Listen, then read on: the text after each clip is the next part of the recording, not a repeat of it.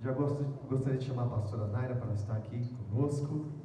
Amém. Vamos aplaudir ao Senhor pela vida da pastora Naira.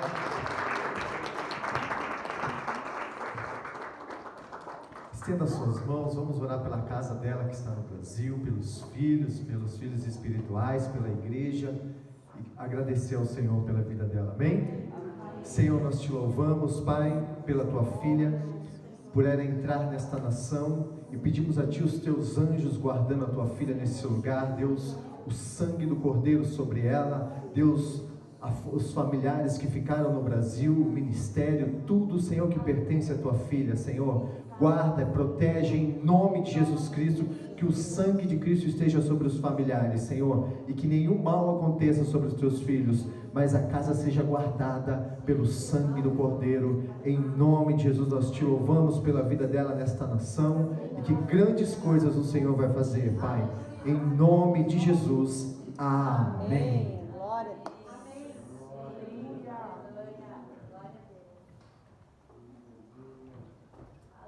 Cheio de coisa. Antes da gente começar e orar de novo, porque nós vamos falar de guerra, vamos falar de oração, queria dizer que foi muito tempo que eu não venho, hein? E alguma coisa aconteceu que eu não estou nem sofrendo com fuso horário. Tão ótima. Deus faz o sobrenatural comigo. Eu dormi os 2 trechos. Então foi isso. Mas eu queria dizer que estou muito feliz de estar aqui. Não vou mais deixar tanto tempo sem vir. Tá bom? Vamos orar mais uma vez? Levanta a tua mão direita. Senhor, nós estamos aqui debaixo de céus abertos. Eu peço em nome de Jesus que anjos de guerra estejam neste local. Em nome de Jesus eu declaro que mentes estejam conectadas com a tua mente, corações estejam ligados ao teu coração. Repreendo todo e qualquer tipo de distração em nome de Jesus, e declaro que nós estamos aqui debaixo da cobertura do teu sangue, vestidos com a armadura do Espírito, em nome de Jesus. Amém. Pode sentar. Então, eu, diante do pouco tempo que a gente tem, eu passei milhares de material para a pastora Sueli.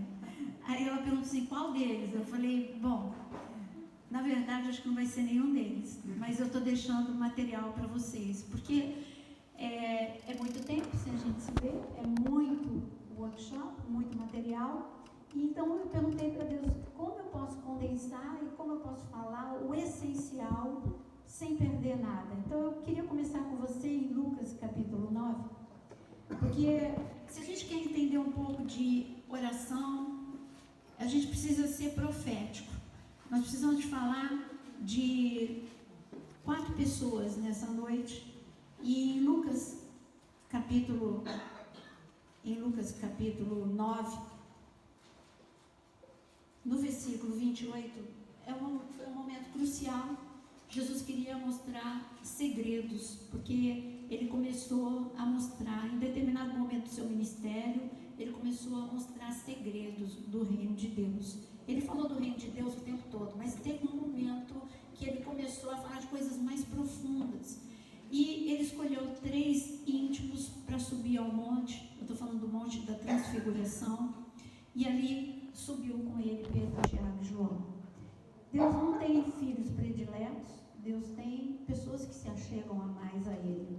E vocês sabem que a despeito dos defeitos de Pedro e de todos têm defeito, nós temos defeitos, uma coisa ele tinha, ele caía, ele levantava e se agarrava de novo em Jesus. Então os que aparentemente eram prediletos, não eram, porque eles eram mais chegados mesmo a Jesus. Então Jesus chamou e de repente o céu rasgou. Eu quero que você entenda que o mundo que nós vivemos é um mundo paralelo. Tudo bem, os céus, nós temos o terceiro céu, que é o céu dos céus, onde está o trono de Deus, onde estão os anjos. Existe o segundo céu, onde se trava toda a guerra. Existe aqui a atmosfera, que nós enxergamos com nossos olhos nus, nós enxergamos as estrelas, enxergamos o sol e a lua, e nós temos a terra. E só que existe um movimento aqui na terra, Nós pensamos que o mundo espiritual fica muito longe de nós, e o mundo espiritual não fica longe de nós. A Bíblia mesmo fala que os anjos estão por onde? O que a Bíblia fala? Que eles estão ao redor. Então, ao teu redor tem anjo. Você não está enxergando, mas tem, é uma verdade. Você crê na palavra de Deus? Amém. Então pronto, então tem anjo aí do teu lado. Amém. Essa é uma realidade. Então, o mundo paralelo, se ele está do meu lado, ele não está lá em cima, ele não está lá embaixo, é um mundo paralelo. O mundo espiritual aqui na Terra é um mundo paralelo. Eu não estou falando de terceiro céu, onde João foi arrebatado, onde Paulo foi arrebatado. Estou falando aqui, nosso ambiente. E a palavra ainda fala que os demônios estão ao derredor. Então, quer dizer, eles gostariam de estar mais perto, mas não podem, porque tem anjos ao redor, tem a glória de Deus, tem o sangue de Jesus, mas ele está mais perto do que nós gostaríamos. Isso você tem que concordar comigo. Quando a Bíblia fala ao redor está pertinho, ao derredor está quase perto, não vacila que ele chega mais. Então nós precisamos estar sempre vigilantes. Por isso que eu digo, quando a gente pensa em mundo espiritual, a gente pensa numa coisa muito distante, não é? É paralelo, está aqui do nosso lado, aqui, um pouco ali, mas está do nosso lado. Jesus, então, ele quis fazer algo diferente com aqueles 3 discípulos, e ele levou ao monte da transfiguração. Ali ele mostrou a sua glória. A primeira coisa que ele mostrou, quando ele foi transfigurado, ele mostrou a sua glória, como ele seria depois da ressurreição. E ele mostrou também uma conversa dele entre 2 pessoas. São essas 2 pessoas que nós vamos aprender oração com eles. Então, aqui está escrito em Lucas 9, versículo 28, cerca de 8 dias depois de proferidas essas palavras, tomando consigo Pedro, João e Tiago, ele subiu ao monte com o propósito que ele queria mostrar para eles o mundo espiritual. E aconteceu que enquanto ele orava, olha o que Jesus estava fazendo, enquanto ele orava, a aparência do seu rosto se transformou e suas vestes resplandeceram de brancura. E eis que 2 varões falavam com ele, Moisés e Elias, os quais apareceram em glória e falavam sobre o quê? Sobre a sua partida, que ele estava para cumprir em Jerusalém. Então aqui, nós vamos parar aqui, você vê que é muito interessante. Primeira coisa, a cortina foi rasgada e os discípulos conseguiram enxergar, eles tiveram uma visão. Eles viram 2 grandes homens de Deus, eles viram Moisés e eles viram Elias. E eles não estavam estáticos, eles viram um momento de intimidade, eles viram que eles estavam conversando, e só Lucas que relata sobre o que eles estavam conversando. Os outros evangelhos não falam sobre o que eles estavam conversando.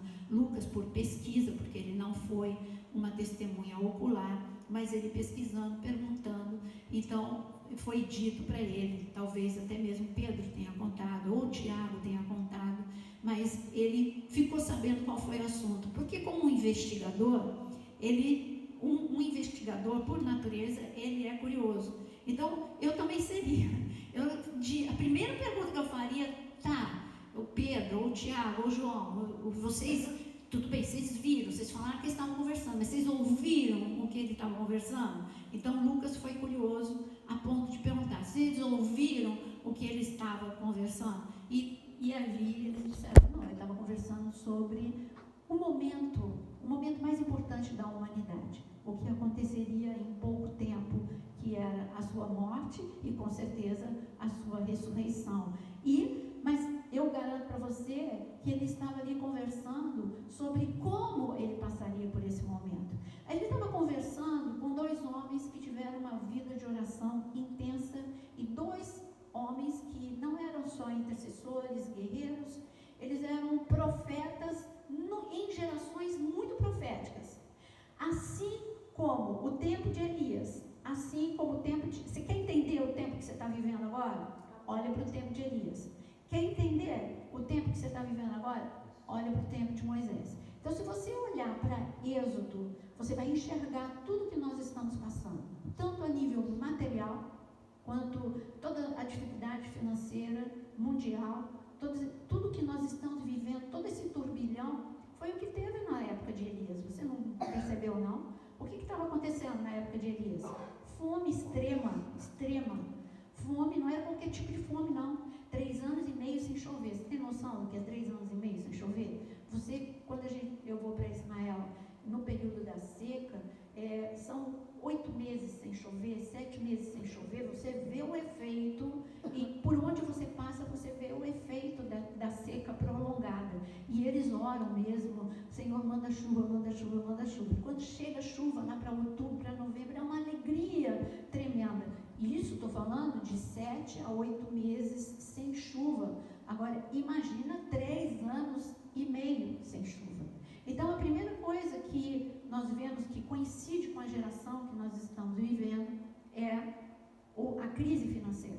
As pessoas não adiantavam, quem lidava com o gado estava sofrendo, quem lidava com a agricultura estava sofrendo. E hoje eu digo que a crise não está localizada só no Brasil, nós vemos no Japão, nós vemos em todos os lugares. Eu conheço a vida de vocês, eu sei que um dia aqui foi muito bom trabalhar no Japão. Eu sei que um dia aqui vocês tinham muito dinheiro. Para vocês, eu acompanhei todo esse processo. No início, quando eu comecei a vir para o Japão, ainda era muito bom. Ainda vocês conseguiam não só ter muito para vocês e ter um padrão de vida muito bom para vocês, mas vocês também enviavam. Tinha de sobra. E eu acompanhei esse processo e essa queda aqui no Japão. Então, não é hoje, a gente não fala só, a gente vê o desemprego na Europa, a gente vê o que está acontecendo por todos os lugares. Isso é coincidência? Não. É o que Deus chamou a atenção para a gente. Se ele estava conversando, ele podia ter conversado, por que ele não conversou com Davi? Davi, o escolhido de Deus. Por que ele não achar um outro grande homem de Deus? Daniel. Já pensou? Ele podia ter conversado com Daniel e com Davi, 2 grandes homens de Deus. Mas por que ele escolheu Moisés e Elias? Para chamar a atenção da nossa geração. Olha, quando vocês olharem para o Monte da Transfiguração, saiba que ali tem um segredo para vocês de guerra espiritual. Eu escolhi os 2 para mostrar que nos últimos dias seriam como os dias, assim como ele deu uma dica para a gente, que os últimos dias seriam como os dias de Noé e os dias de Ló, que é o que nós estamos vendo. Os dias de Noé, o que é a violência. Os dias de Noé é uma geração ensurdecida, e é o que está acontecendo. Os dias de Ló famílias disfuncionais, o pecado sexual como nunca nós vimos, nós termos que aceitar o inaceitável, sermos obrigados a aceitar o inaceitável, senão nós podemos ser processados, mas a gente continua não aceitando o inaceitável, e se vier processo que venha, porque o que Deus falou é a verdade e é isso que nós seguimos.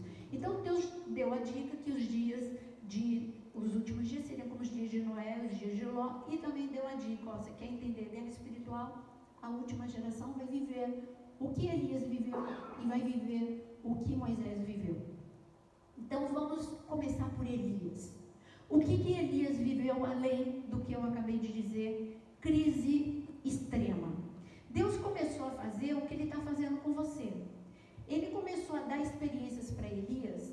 Primeiro nível de experiência que Ele deu para Elias foi uma experiência individual. Ele estava debaixo da seca, assim como todo mundo. Ele estava debaixo de céus fechados. Fala comigo, céus fechados. Céus fechados. Levanta a tua mão. Você tem a unção de Elias para orar e os céus abrirem. Presta atenção no que eu estou falando para você. Nem demônios, nem poderes, nem principados, nem potestades vão poder resistir a essa mão que se levanta. É isso que Deus mostra através da vida de Elias. Mas Elias precisou crescer um pouquinho. Então nós vemos que Elias, a princípio, como é que nós encontramos Elias? Deus manda que Elias ore, e no meu tempo de convertido tinha até um corinho, que Elias orou, o céu fechou, Elias orou e o céu abriu. E eu estou vendo gente rindo, que é do meu tempo, hein? Se você estiver rindo, você tem mais de 40. Então, levanta a mão quem riu, que lembrou do corinho, né? Aí, viu? Mas você não tem mais de 40. Eu tenho. Aí, tá vendo? Então, para lembrar desse corinho, a hora que eu falo, é porque tem mais de 40. Então, e Elias, Deus mesmo mandou que Elias, Deus avisou. Aliás, Deus avisa a gente sabia que os últimos dias seriam dias difíceis. Então, se seriam dias difíceis, como está escrito, está vivendo. Então Deus falou para Elias, vai ser dias difíceis. Ora, o céu vai fechar, está debaixo do meu controle. Eu quero te dizer que a crise está debaixo do controle de Deus. Deus não perdeu o controle. Ele só está querendo que a igreja acorde e mostre a sua glória, para que todos vejam quem é o nosso Deus, que abre os céus no meio da crise.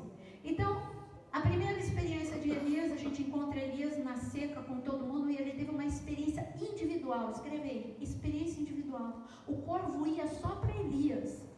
Ele tinha água exclusiva à beira de Querite, e ele tinha o corvo que vinha com alimento diariamente.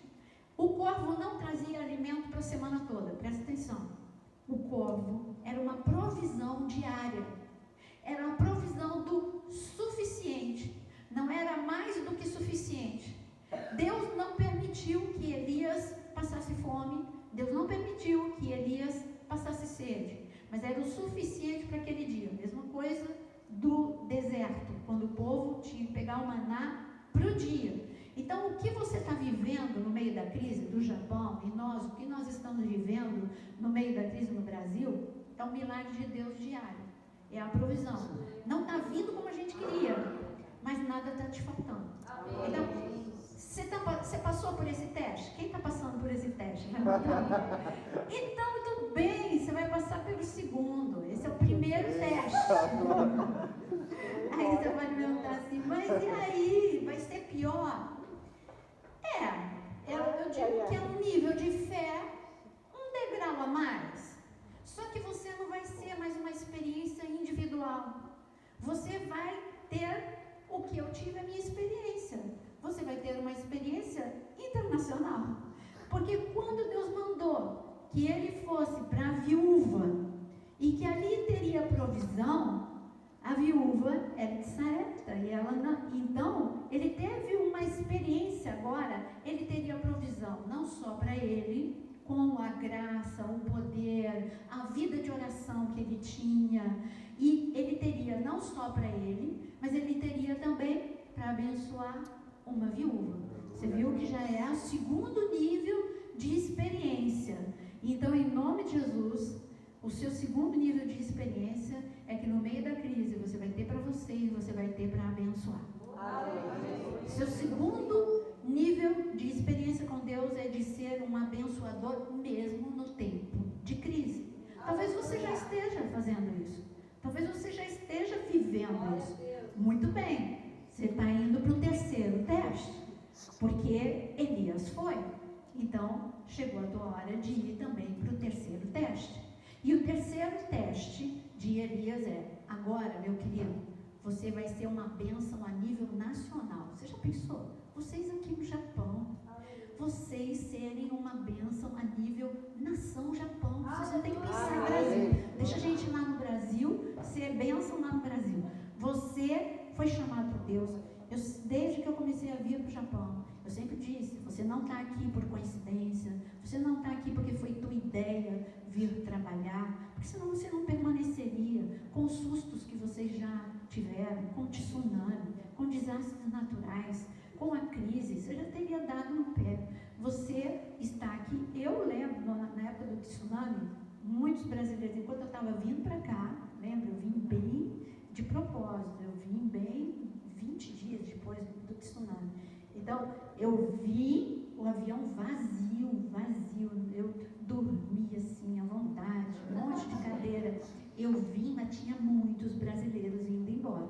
Você teria ido embora naquela época, diante de tantos riscos, de tantos perigos, ou da crise que piorou. Não, você permaneceu, não é porque você é forte e valente, porque você quer ficar aqui. Você permaneceu porque o propósito de Deus é que você esteja nessa nação. E que assim como Elias, você vai ser, o teu terceiro teste vai ser abençoador desta nação. Só que quando a gente entra nesse nível de teste, entra uma pressão espiritual. Talvez você já esteja vivendo isso. Talvez seja esse o seu teste. Você já viveu o primeiro e o segundo, e você está no terceiro. E quando você entra nessa pressão espiritual, parece que há por algum momento um achatamento. Parece que a unção vai embora, ou parece que a oração era tão fácil, o corvo chegava fácil, a oração foi tão fácil, logo veio o azeite e não faltou nada lá na casa da viúva, por 3 anos e meio nada faltou na casa da viúva, foi fácil, foi aquela oração expressa, foi Wi-Fi, né, com extrema conexão, mas de repente parece que as coisas ficam mais difíceis, parece também que as pessoas meio que não te ajudam, e de repente então Deus, Elias fala, tudo bem, eu tenho que passar pelo terceiro teste, então eu vou. E Elias ali, ele teve um confronto, que é isso que nós precisamos falar sobre esse confronto. Ali Elias, ele teve que enfrentar, algumas coisas iriam acontecer, você sabe o que vai acontecer, olha as coisas que estavam para acontecer. Primeira coisa que ia acontecer, fogo do céu ia descer. Você quer fogo do céu descendo sobre a tua vida? Fogo do céu é poder de Deus aqui na terra. Então, você sabe que fogo do céu desceu, que Elias orou, ainda é o corinho, hein? Elias orou e o fogo desceu, Elias orou, o céu abriu, Elias orou, o céu fechou, Elias orou e o fogo desceu. Então, o fogo ia descer. Segunda coisa que ia acontecer, toda a resistência de altíssima hierarquia, de poderes principais e potestades, cairiam por terra. Você quer que isso aconteça? Estava para acontecer. Terceira coisa que estava para acontecer, muita chuva. Tudo que não choveu 3 anos e meio, ia chover em um dia só, a ponto de Elias ter que correr, Acabe ter que correr, porque as nuvens, elas estavam tão carregadas, aparentemente não tinha nuvem nenhuma, mas depois do nada, parece que do nada, né? Do nada, Deus mandou um volume de água que Elias teve que sair correndo e ainda avisar Acabe. Por isso eu quero que você se prepare para um tempo de muita restituição. Tudo que não choveu durante todos esses anos vai começar a chover. Mas algumas coisas têm que ser feitas. Então Elias, ele entendeu que para ele chegar, fogo descer, água descer, poderes principais e potestades serem derrotados, ele precisava de um processo. E o primeiro processo, Deus falou, está arruinado o meu altar. Eu preciso que o meu altar seja restaurado. E sabe, quando a gente fala de altar, Deus ali, ele estava falando da nação, mas hoje eu não estou aqui para falar para você restaurar o altar da nação. Eu estou falando que não adianta eu te ensinar altas técnicas, alto nível de batalha espiritual, te ensinar nomes de poderes principais e potestades. Agora você vai morrer sentado, porque eu nunca vou te ensinar. Eu vou te ensinar a ficar cheio do Espírito Santo, eu vou te ensinar a buscar discernimento. Muito mais vale conhecer o reino da luz do que o reino das trevas. O reino das trevas, o Espírito Santo, ele te mostra. Eu não vejo um Elias, sabe, quando as pessoas vão estudar guerra espiritual e começam com aquela paranoia de conhecer nomes de demônios, etc. e tal, eu não vejo Elias conhecendo nenhum. Eu vejo Elias ali, sabendo que ele está lutando com um principado chamado Jezabel, mas o resto ele não sabia e não alterou em nada. Então, é perda de tempo você ficar fixado nisso. Você ganha tempo conhecendo qual é o processo para o fogo descer, qual é o processo para que os demônios caiam por terra e qual é o processo para que você receba restituição. Então, o primeiro processo foi um processo cansativo. A gente não gosta de restaurar, mas tudo que passa muito tempo sem restauração pode ser a casa mais bonita. Mas se passar 5 anos sem restaurar, a pintura vai ficar feia, a parte elétrica vai começar uma lâmpada aqui, a parte hidráulica vai começar a falhar. E se eu ficar 5 anos sem vir para o Japão e entrar na tua casa sem restauração, eu vou dizer, como é que, mas peraí, Mário, não está funcionando a torneira, não está, e a luz, você não trocou a luz, está apagada essa luz. Então, tudo que não passa por restauração se deteriora. E a nossa nossa vida espiritual, é necessário restauração. Nós passamos e achamos que só vir para a igreja é o suficiente. Mas se você não passar por restauração, tudo vai começar a te incomodar. Porque a cadeira está um pouco para a direita, te incomoda. Porque está um pouco para a esquerda, te incomoda. Se a pessoa passou por você e não te enxergou, você se incomoda. Você não sabe se a pessoa acordou cheia de problema, está mergulhada em pensamentos e passou e não te enxergou. Inclusive, eu sou hiper distraída, eu posso passar. Gente, no aeroporto, não reconheci a Sueli. Ela ali, com a Adriana, e ali me esperando. E eu olhei, vi 3 mulheres. Eu olhei. E eu falei, eu me senti assim, pressionada para ir rápido no que eu estava fazendo. Mas não porque eram pessoas. Como é que eu vou conhecer a Sueli Morena? Não conheci. Mas eu sou desse jeito, né? Eu sou distraída por natureza. Mas então, tudo te incomoda e você passa a não ter mais vontade também, com falta de restauração, você passa a não ter vontade de adorar, está passando por problemas, você fica entristecido, você fica frustrado. Então Deus está hoje o teu altar está precisando ser restaurado. A pedra que estava lá no cantinho de força de adoração tem que voltar para a tua vida. A oração que já não estava mais fazendo parte tem que voltar para a sua vida. O ânimo, a fé, a esperança, tudo isso é altar, sabe? A unidade, essa igreja se chama unidade. Se estiver faltando unidade, vamos pegar a pedra, a unidade, e vamos colocar no nosso meio. Enfim, na tua casa, a pedra do que está faltando na tua casa precisa ser colocado no altar. Está faltando empatia, está faltando misericórdia, está faltando mansidão, está faltando bondade, porque tudo isso, sabe o que faz? Quando nós deixamos essas pedras espalhadas, as trevas ganham força, porque as portas do inferno não podem prevalecer contra a igreja. Amém? Amém. Mas as portas do inferno ficam abertas e entra o vento do inferno, entra numa casa onde tem gritaria, onde tem desentendimento. Então o vento do inferno entra, ela não prevalece contra a igreja que obedece, a igreja que ora. Então Elias entendeu, Elias estava fazendo pela nação. E eu imagino ali Elias sozinho, ele carregou 12 pedras, sozinho, ninguém ajudou. Então a primeira coisa que a gente vê nesse quadro, a gente vê que tem várias participações nesse quadro. Se eu tirasse uma foto, eu te mostraria que tem um Elias posicionado, um Elias com fé, um Elias que sabe que o fogo vai descer, a água vai descer, mas que está se submetendo ao processo. O problema é que a gente é reprovado no meio do processo, está entendendo? E Elias não, ele continuou. Mas nesse retrato eu também veria um monte de gente, a multidão. Sabe o que a multidão estava fazendo? A multidão estava assim, de 3 em 3, orando por Elias. É isso que estava acontecendo? Não. Não, então a multidão estava assim, vamos levar a pedra até determinado momento, Deus quer que seja Elias que reconstrua, mas a gente carrega com ele. É isso que estava acontecendo? Não. Eles estavam adorando enquanto Elias estava trabalhando. É isso que estava acontecendo? Não. O que eles estavam fazendo?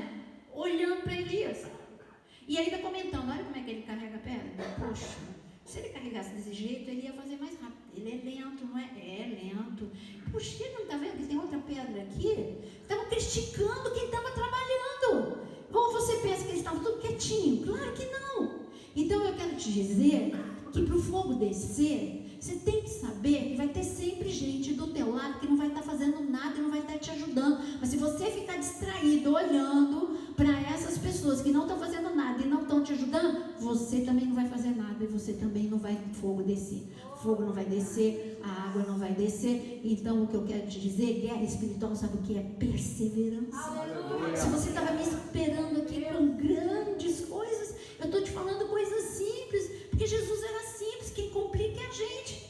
Aí tem aquele workshop super complicado que você fica, meu Deus, como é que eu vou colocar isso em prática?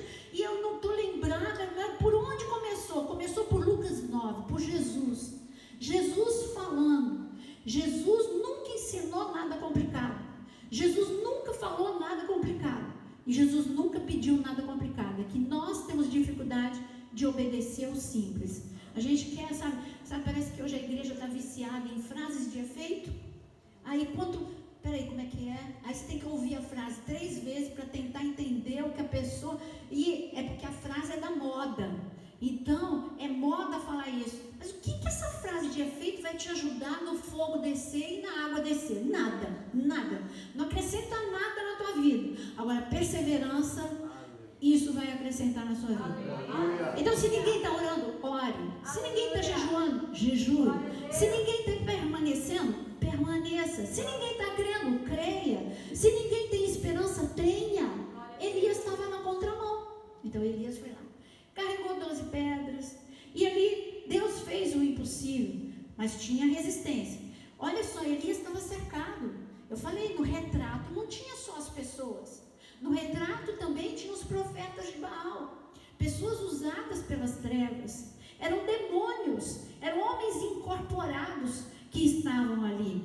E hoje nós estamos lidando com o espírito do anticristo. Nunca esteve tão forte a resistência das trevas para a igreja, mas nunca esteve tão fraca a igreja. Eu vou repetir para você.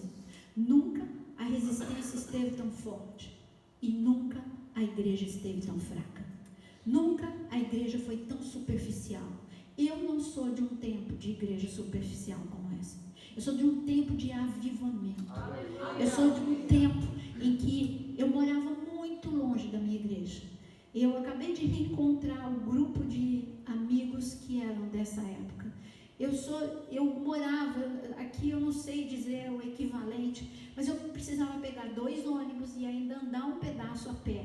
Pergunta se isso era difícil para mim. Não, porque eu tinha paixão. Eu estava apaixonada por Cristo. Eu estava apaixonada pela minha igreja.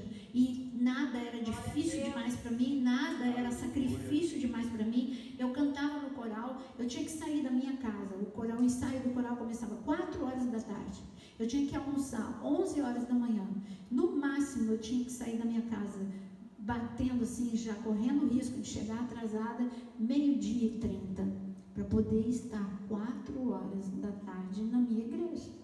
E isso não era sacrifício. Então eu sou de um tempo de avivamento. A igreja, sabe, qualquer coisa aborrece, qualquer coisa é difícil. Choveu, não vai, nevou, não vai, está calor demais, não vai. Tudo é difícil, tudo é difícil. Mas eu digo para você que Deus não muda. Deus é o mesmo ontem, hoje, eternamente. Ainda funciona orar como Daniel, 3 vezes por dia. Ainda funciona perseverar como Elias. Então nós, nesse retrato, tinha uma resistência desumana, uma resistência desigual. Porque pensa, você lê, quando você lê 1 Reis 18, você lê muito rápido. Aí, como muitos pregam só 450 profetas, não era só 450, eram 800. Lê o texto com atenção, você vai ver, eram 800 contra um homem.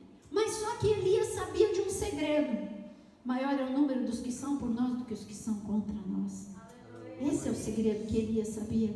Elias sabia dessa realidade. Ele estava vendo 800. Ele deve ter calculado: bom, Deus tem milhares de anjos. Eu sei que Ele destacou os melhores para estar comigo em muito maior quantidade do que estes 800 que estão contra mim.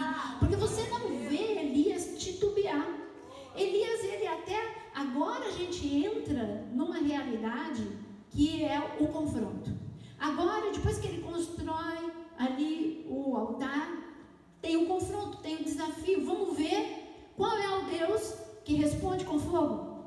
Então, vocês sabem que os profetas de Baal, está escrito lá em 1 Reis, capítulo 18. Eu só estou indo um pouquinho mais para a gente poder avançar, sem ler tantas passagens, mas você lê tua tarefa de casa.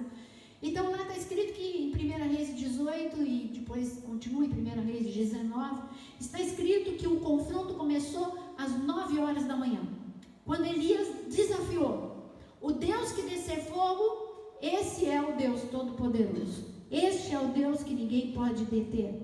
Começou às 9 horas da manhã. Quem lembra outra coisa muito importante que começou às 9 horas da manhã na Bíblia? Alguém lembra? A cruz. Jesus foi crucificado às 9 horas da manhã. Esse foi um desafio e tanto.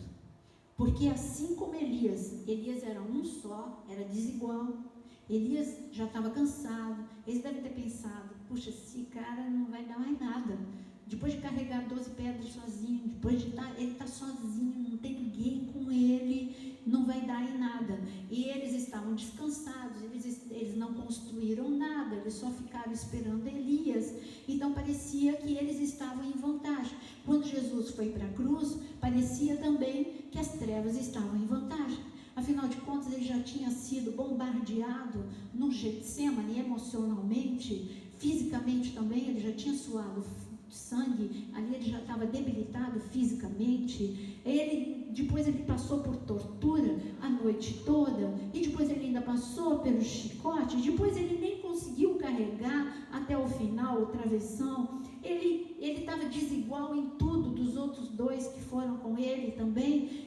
Os outros foram amarrados, ele foi pregado na cruz, ele estava todo desfigurado, os outros simplesmente foram crucificar. Simplesmente não, a crucificação já é muita coisa, mas dos outros não estavam desfigurados como Jesus.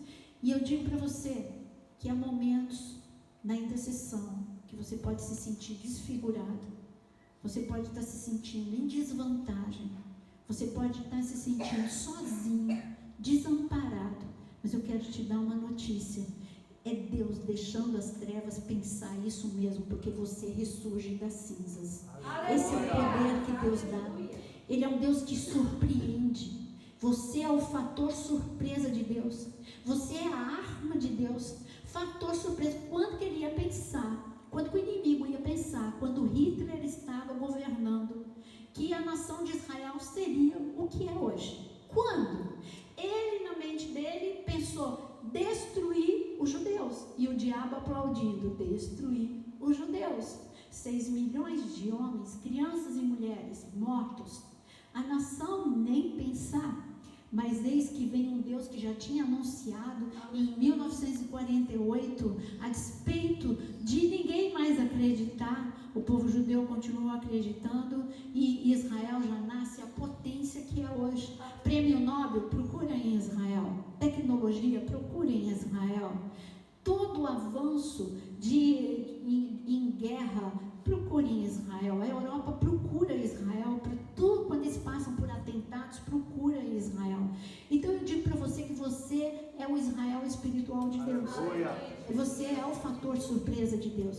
Eu não sei se você está se sentindo como Elias, nesse momento em que ele estava em desvantagem, em que ele estava sozinho. E foram muitas horas, meus queridos. Foi de 9 horas da manhã até 3 horas da tarde, que estes homens ficaram ali intercedendo, orando, gritando, se automutilando, e nada respondeu. Mas aí eu vou contar uma curiosidade para vocês.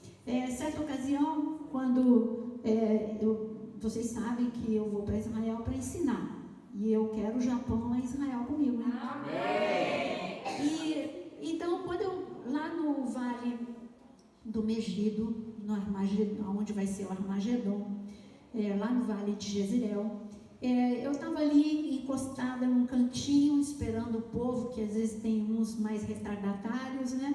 Eu estava esperando com Eli Bardavi, é um grande homem de Deus, um profundo conhecedor da palavra, arqueólogo, historiador.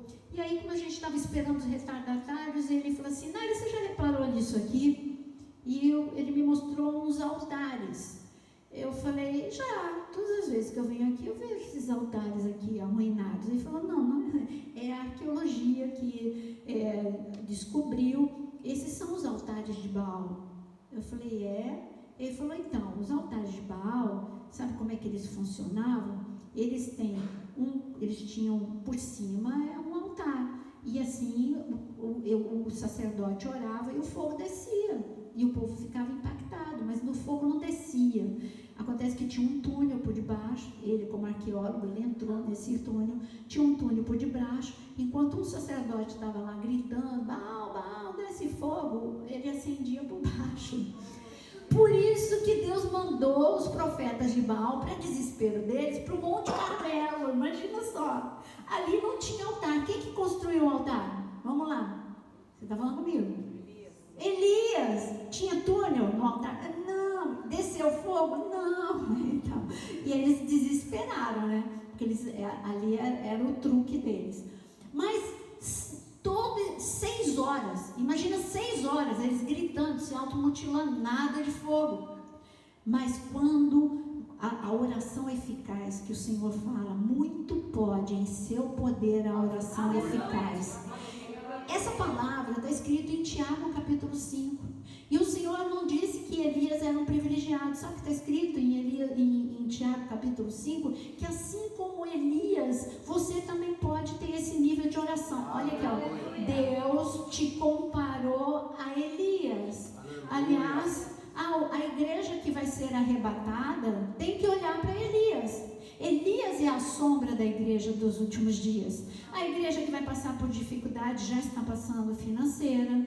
A igreja que passa por solidão, é um momento em que as pessoas, porque falta amor. Mas ao invés de você ficar falando falta amor, permaneça, ame você. Não espere outro amar, ame você, ame a casa de Deus, ame o teu irmão. Então, Elias é a igreja da última hora, a igreja que enfrenta Jezabel. Nós já vamos falar sobre esse assunto. E a igreja que tem oração eficaz. Quantos aqui querem ter oração eficaz? Você tenha uma oração eficaz, em nome de Jesus. Eu oro agora para que a unção que estava sobre Elias venha sobre a sua cabeça. Assim como Elias orou, o céu fechou, o céu abriu, o fogo desceu, assim também venha esse nível de unção, porque você é a igreja da última hora e precisa desta unção em nome de Jesus. Amém? Outra coisa que Elias tinha, ele tinha discernimento e ele tinha audição espiritual. Põe a mão no teu ouvido. Eu oro agora para que os teus ouvidos efatá, que os teus ouvidos se abram, assim como Elias, sem a cruz do Calvário, sem o Espírito Santo dentro dele o tempo todo, ele ouvia a voz de Deus. Imagina você, que os seus ouvidos se abram. Você não é a geração surda de Noé, você é a geração que ouve, geração de Elias, em nome de Jesus, geração de Samuel e geração de Elias. Então Elias, ele ouvia, e Elias, além de ouvir, ele entendia, ele sabia o que ele tinha que fazer. Ele sabia que ele tinha que construir o altar, ele sabia que mesmo sozinho ele tinha que desafiar, confrontar, e o confronto é na oração. E você tem que discernir qual é o momento da tua oração. Há momentos que Deus vai falar, o confronto hoje é a adoração. Você vai surpreender o inimigo, ele vai achar que você vai ficar chorando no cantinho, e você vai se levantar, mesmo pode escorrer lágrima, ficar todo babado, mas adora. Deus falou para adorar, adora. Eu não estou sentindo vontade, mas adora. Põe uma música para te ajudar, põe no teu celular, põe em qualquer lugar e adora. Há momentos em que Deus vai falar, põe a espada na cintura, como está escrito no Salmo 149, e altos louvores na garganta. Essa vai ser a estratégia. Há momentos que Deus vai falar confronto. Começa a orar a palavra. Começa a declarar agora a palavra sobre a tua casa. Há momentos que Deus vai falar, interceda por outro. E isso é guerra? É guerra. Você sabia? Sabe o que aconteceu com Jó? Você vê o livro de Jó, durante todos os capítulos, de Jó capítulo 1 até o capítulo 38, você vê um silêncio do céu. Gente, é muito capítulo. É muito tempo. Diz a tradição oral, eu estou falando de tradição oral, que esse processo na vida de Jó foi 9 meses. Não posso te provar, estou te falando que diz a tradição oral. Os judeus passam de um para o outro, assim dizendo que foi um processo de 9 meses. Se foi 9 meses, se foi 1 ano, se foi 2 anos, é muita coisa. E quando você está passando por um problema, você precisa de algo, a voz de Deus. Então eu quero te dizer que há momentos que Deus silencia. Aí não é você não ouvindo. Há momentos em que Ele quer falar na hora certa. E está escrito em Jó 38 que Ele falou no meio do redemoinho. Eu quero te dizer que Ele vai falar no meio da tempestade. Ele vai falar, a voz dele vai ser mais alta do que o barulho do vento. Quando eu lembro de redemoinho, eu só lembro do Mágico de Oz e ali a Dorothy voando junto para casa e tudo. Então, é por aí. Olha o nível de comparação que Deus dá. De redemoinho, é essa força que a gente lembra, né? Mas aqui nem precisa lembrar de Mágico de Oz, né? Aqui de vez em quando tem, né? Para você lembrar o que é isso. Olha a força do vento. E Deus, olha a força do vento que veio sobre Jó. E Deus falou, Jó, ele começou a falar coisas incríveis, de Jó 38 para lá. Mas uma das coisas que ele falou já no penúltimo e último capítulo, ele mandou o quê? Jó ainda estava pobre, Jó ainda estava, os demônios achando que tinham prevalecido contra Jó, Jó ainda estava doente, Jó ainda estava sem amigo. Aí Deus fala para os amigos, eu só vou ouvir a oração de Jó. Quando Jó começa a orar pelos amigos, tudo acontece na vida de Jó. É no último capítulo que tudo acontece. Ele é curado, ele é restituído, ele é honrado, enfim, tudo aconteceu. Então, há momentos na guerra espiritual que Deus vai falar assim, não ore por você, ore por alguém mais necessitado do que você. Ore pelo teu irmão, ore pela tua irmã, ore pelo teu familiar, isso é guerra, porque o inimigo não, é imprevisível que alguém faça isso vivendo no meio do redemoinho. E aí Deus fala, olha aqui, ó, é isso mesmo, essa é a arma de guerra. Então a arma de guerra é interceder por quem você, no momento que você precisa que intercedam por você. Eu contei aqui, mas eu repito uma experiência que eu tive quando eu passei pelo câncer. Então, quando eu tive câncer, eu tive uma experiência muito forte em Israel. Primeiro que eu estava na Índia, e eu descobri logo quando eu cheguei da Índia, e logo eu entrei em cirurgia, eu tirei o quadrante da mama, e eu ia começar a radioterapia, e tinha uma viagem para Israel já marcada. Isso foi em outubro, a viagem estava em novembro. E aí eu perguntei para o meu médico, eu posso ir? Ele olhou para mim, Nádia, você acabou de passar pela cirurgia. Eu falei, olha, a viagem, eu não lembro mais qual era a data, era 20 e pouco de novembro.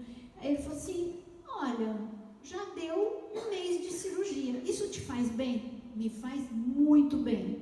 Então vai, antes da radioterapia vai. Eu fui.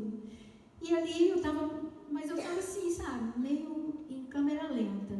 Eu fui e estava todo mundo comprando um monte de coisa, eu quietinho no meu canto, orando. Aí veio uma outra caravana, uma mulher de outra caravana. Você é brasileira? Eu falei, sou. Você pode me ajudar? Eu achei que ela quisesse tradução. Eu falei, posso. Aí ela falou assim, sabe o que é? Que uma amiga minha está passando por câncer. Eu, nem contei para ela, né?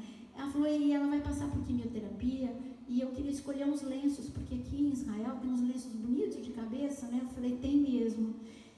Nesse momento, eu estava precisando, ainda ia passar por radioterapia, eu estava precisando de que alguém orasse por mim, mas nesse momento, Deus deu a estratégia. Ore por essa mulher como que se você a conhecesse. Ore com toda a sua força. Aí eu ia escolhendo lenço, eu nunca esqueço.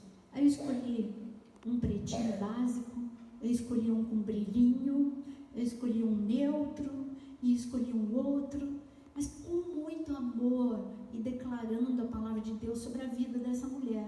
E eu falei assim, toma, e não contei para ela que eu estava passando. Eu falei assim, pode levar.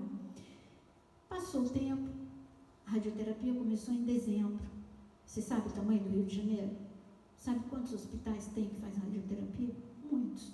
Sabe quantos horários tem para se fazer radioterapia? O dia inteiro. Só que quando você começa num horário, você vai terminar naquele horário. O meu era 7 horas da manhã, muito longe da minha casa, na Clínica São Vicente, muito longe da minha casa. E assim eu fui. Comecei primeira semana de radioterapia, segunda semana de radioterapia, entra um lenço. Eu só vi o lenço. Eu falei para o Jonas, eu escolhi esse lenço. O Jonas falou, está afetando a cabeça. A radioterapia na mama está afetando a cabeça. Eu falei, mas eu não vou falar com ela não. Então fala, se você tem certeza. Não, vou esperar. Se for ela vai vir com o segundo. Passou 2 dias, ela veio com o segundo. Eu falei, João, eu vou dar uma de Tomé. Agora vai, sabe como é que é o João? Vai, agora vai, já é o segundo, agora vai. Não, eu vou esperar o terceiro. Tem que ser completo. O milagre tem que ser completo, né? Aí chegou o terceiro. E quando chegou o terceiro, eu disse, aí eu tive que falar, né? Eu falei assim, Excelência de Israel, eu que escolhi. Aí estava na hora dela falar que a radioterapia estava afetando minha cabeça. Eu falei assim, eu que escolhi. Você tem ainda um? Foram 4. Eu que escolhi. Minha amiga trouxe de Israel, mas eu encontrei com a tua amiga em Israel. Eu escolhi. Eu só quero te dizer que tem um recado para mim e para você. Nós vamos ser curadas. Embaixo do recadinho está escrito, assinado papai. Eu falei, eu ainda vou te encontrar e você vai me dizer. O dela era mais avançado que o meu. Eu falei assim, eu ainda vou te encontrar. E a gente... Só que as duas ficaram tão impactadas. Era o meu último dia de radioterapia. Eu não peguei o telefone dela. As duas ficaram assim, né? E para ela foi um recado, ela segurou aquilo com fé. E aí sabe o que aconteceu? Meses depois, a gente se encontra num enterro. Olha o tamanho do Rio de Janeiro. Agora, se eu não reconheci a Suelen morena, pergunta se eu reconheci ela de cabelo, porque quando eu a conheci era lenço. Não, reconheci, é lógico, mas ela me reconheceu. Ela falou assim, olha onde a gente está e não é a gente. Quando ela falou isso, imediatamente ela falou assim, eu estou curada. Eu falei, eu também estou curada. Então, esse é o Deus do improvável. Esse é o Deus, isso é poder, isso é glória. E é isso que a igreja precisa viver e experimentar. Então, quando eu estou falando do confronto, foram 6 horas longas, sem nada acontecer. Às vezes, são 6 horas sem nada acontecer. Mas Elias tinha uma promessa, o fogo descer e a água descer também. Poder e restituição. Fala comigo, poder e restituição. Então, Elias, ele não ficou abalado. Ele continuou e no momento que eles cansaram, ele disse, agora vocês vão ver. E a oração eficaz fez com que descesse primeiro o quê? Fogo. Então, meu amado, antes da restituição, você tem que ficar cheio de fogo. Está entendendo? A chuva não... Olha o processo. Altar, confronto, fogo. Mas ainda não foi a restituição. Eu quero dizer que a unção que virá sobre essa igreja é de muito poder. Para enfermos serem curados, para você levantar a mão no meio da tua casa e declarar e o poder de Deus vir. Você precisa estar avivado, ser avivado. E o fogo desceu. E você tem que aprender o corinho. E Elias orou. E o céu fechou. Elias orou, o céu abriu. Elias orou. E o fogo desceu. Agora, a segunda parte é a água vir, a restituição. E teve mais o que? Oração. E Elias subiu no monte. E quando Elias subiu no monte, ele ficou... Tudo isso é para você ler na sua casa, tá? E hoje eu disse que a gente ia para Moisés. Nem vai dar tempo de ir para Moisés. A gente vai ficar em Elias. Mas ele subiu no monte. E quando ele subiu no monte, está escrito que ele ficou de cócoras. Você já percebeu essa palavra? Que ele fica de cócoras? Por que ele ficou de cócoras? Porque as mulheres judias, israelenses, hebreias, essa era a posição de dar à luz. Elas davam à luz de cócoras. Você pode pesquisar em livro de história, você pode pesquisar em livro de usos e costumes. Essa era a posição que ela é até... hoje tem parto na água e tudo mais. É uma posição que facilita a força, segundo alguns dizem, etc. Então, as mulheres, elas davam à luz de cócoras. E ali, sabe aquela coisa de você estar grávido de algo que não nasce, que não nasce, que não nasce, aquela oração a mais difícil, mas quando chega a hora, você vê que não foi uma vez só. Elias orou uma, orou duas, orou 3, não estou vendo nada, é uma nuvem do tamanho da mão de um homem, e não estou vendo, mas ele permaneceu, prevaleceu. Ali ele disse, Deus disse que a chuva vem, eu estou ouvindo barulho. Você pode não abrisse a sua audição espiritual. Você tem que ouvir barulho de milagre. Ah, não estou vendo nada está acontecendo, mas você tem que ouvir o que Deus quer que você ouça. Barulho de milagre. Isso são dons. Você sabia? Nós precisamos resgatar o que a igreja perdeu. Olha para Elias, gente. Eu acabei de dizer, antes da cruz do Calvário, antes do sangue de Jesus, antes do poder do nome de Jesus, antes do Espírito Santo vir e permanecer e ficar em cada um de nós, o reino de Deus dentro de nós, antes do reino dos céus aqui na terra, antes de tudo isso, esse homem teve toda essa experiência. Por isso que Deus manda que Tiago escreva de novo sobre ele e que fale, gente, olha para Elias, olha que oração eficaz. Vocês estão, igreja debilitada, fraca, igreja nua. Em Apocalipse 16 está escrito, cuidado para que você não passe vergonha por estar nu. Sabe quando que nós estamos nu? Nós estamos bem vestidos, está friozinho aqui no Japão, nós estamos, né, para mim está frio, no Rio de Janeiro aqui está frio, mas eu te vejo vestido, você me vê vestido, mas as trevas não, eles te veem como você literalmente está. Se você não está com a armadura do Espírito, se você não está com vestes de adoração, se você não está com vestes de glória e de poder, ele te vê nu, e nu nós ficamos vulneráveis. Esse aviso está escrito em Apocalipse 16. Cuidado para não ficar nu, para que não seja envergonhado. E hoje a igreja de Cristo, fraca, e nu, aliás, é o diagnóstico que Jesus dá em Apocalipse. Ele diz que a igreja, ela estava como? Que ela achava que tinha tudo, Laodiceia, mas ela estava como? Pobre, miserável, vamos lá, pobre, miserável, cega e nua. Eu vou repetir, vamos falar comigo. Pobre, miserável, cega e nua. Querido, por que 2 graus de pobreza? Não basta ser pobre, tem que ser miserável. Jesus disse nos últimos dias, a igreja não vai estar só pobre, miserável, falta de unção, crise de poder, crise de autoridade. Uma igreja pobre, uma igreja miserável, uma igreja que nada vê, só vê o seu próprio umbigo, porque está escrito, nos últimos dias, o amor se esfriaria. Uma igreja que só enxerga para si mesmo, uma igreja atrás de modismos, uma igreja atrás de frases de efeito, uma igreja atrás de grandes pregadores. Você tem que ir atrás de grande poder, grande glória. E além de ser pobre, miserável, cega, nua. A última coisa para acabar com a igreja é que ela está vulnerável, completamente envergonhada diante das trevas. E aí entra a última etapa de Elias. Aí quando aparece que Elias foi aprovado em tudo, Deus fala, olha, mas leva em conta que Elias não tinha a armadura do Espírito, Elias não tinha o Espírito em 24 horas, como você tem. Elias não tinha o sangue de Jesus, Elias não tinha o poder do nome de Jesus. Então leve em desconto que a última etapa ele enfraqueceu por um momento. Qual é o último ataque que nós precisamos olhar para Elias? E que esse é o que tem derrotado também muita gente, muitos líderes.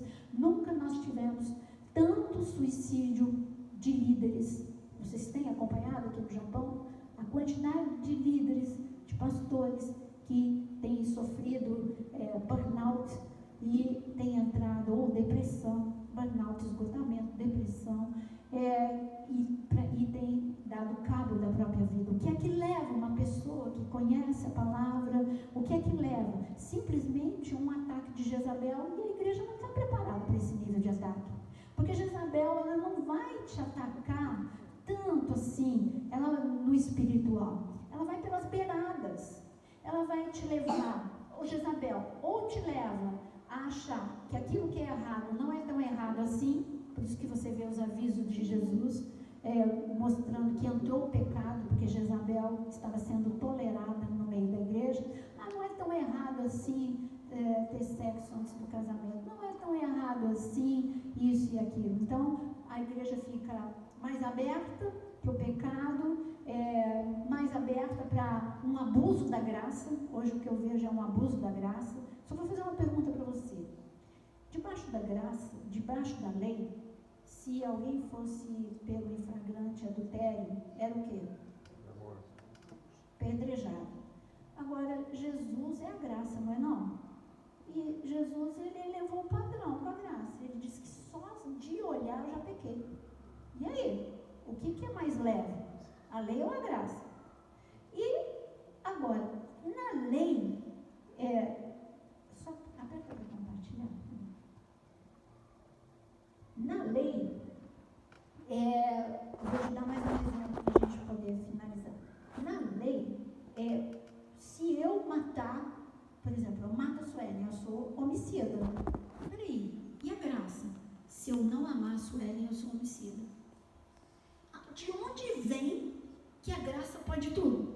De onde veio esse evangelho que tem sido divulgado aos quatro cantos? Graça, graça, graça. Ei, você conhece a graça de Jesus? É melhor você olhar para o que ele fala, hein? E obedecer a Jesus. Então, a última etapa é Jezabel te levar a pecar, a última etapa é Jezabel te pressionar emocionalmente. Eu nunca vi uma geração tão doente, que é o nosso assunto de amanhã.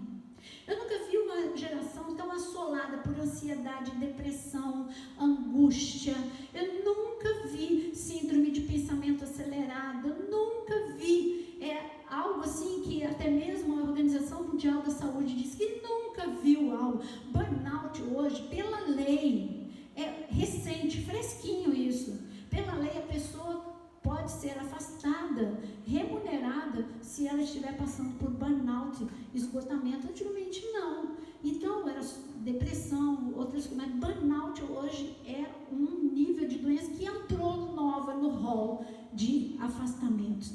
Então, meu querido, Jezabel ataca um local que amanhã nós vamos fortalecer, que são as emoções. Nós não podemos esquecer que nós temos um físico. Se você está doente, você vai no médico.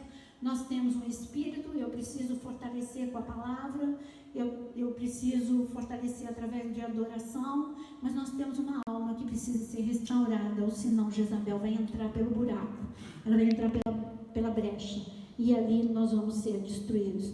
E Deus precisou que Elias, um homem que foi forte na batalha, forte em fé, forte em tudo, mas quando ele se viu atacado emocionalmente, ele ficou abalado, deprimido, e Deus precisou retirá-lo. Deus precisou dar pão e água para ele, para que ele tivesse força para caminhar e ir num face a face com Deus. E eu quero que nesses dias vocês recebam muito pão, muita água, sejam muito fortalecidos, para que vocês possam se levantar aqui nessa nação, no Japão, com muito poder e glória em nome de Jesus. Eu queria encerrar dizendo e orando, é lógico, e queria que você ficasse em pé, e gostaria de chamar vocês aqui à frente. Eu gostaria que todo mundo pudesse vir aqui à frente. Este é um momento em que nós precisamos